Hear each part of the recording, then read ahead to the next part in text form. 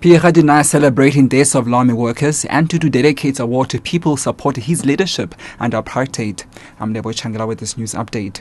National Police Commissioner Pierre has strongly denied that she celebrated the deaths of lawmen mine workers at Marikana in August last year.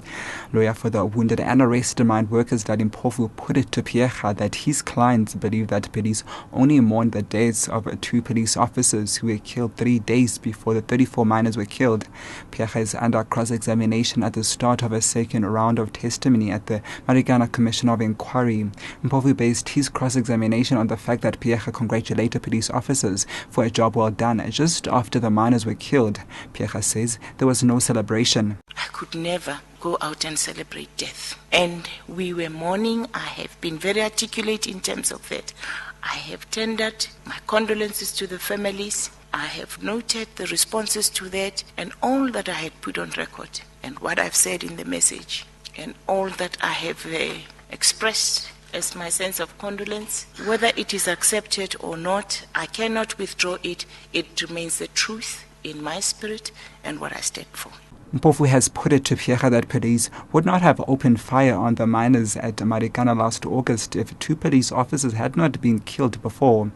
He says he will raise this interpretation of the police action as well as the part played by political interference in his closing arguments. We're going to suggest that but for the killing specifically of the 2 policemen, what I've described as a frenzy of activity which led to the events of the 16th and the deployments would not have happened.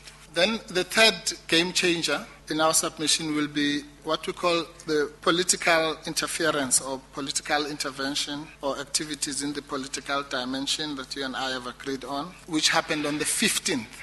Archbishop Emeritus Desmond Tutu has dedicated his latest award to groups and individuals who he says supported his leadership under apartheid. Tutu says he intends to share his Templeton prize of $1.7 million or about 60 million rand with deserving organizations. The award is presented annually to a living person who has made an exceptional contribution to research or discoveries about spiritual realities. Tutu landed at Cape Town International Airport this morning after receiving the award at a ceremony in London. I am proud, yes, to receive this kind of award in a representative manner. I'm a millionaire many times over now. It would be awful not to want to share it with the people who made it possible for me to be recognized. And yeah, we are going to share it with various groups who are doing wonderful work.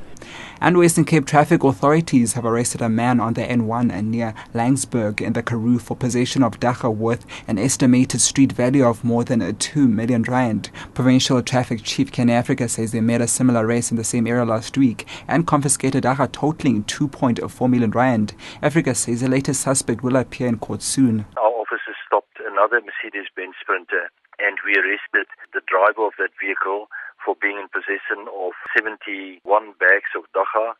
The driver of this vehicle was arrested and kept at the police station in Laingsburg, and we also confiscated the dagga and it was handed over to the police in Laingsburg.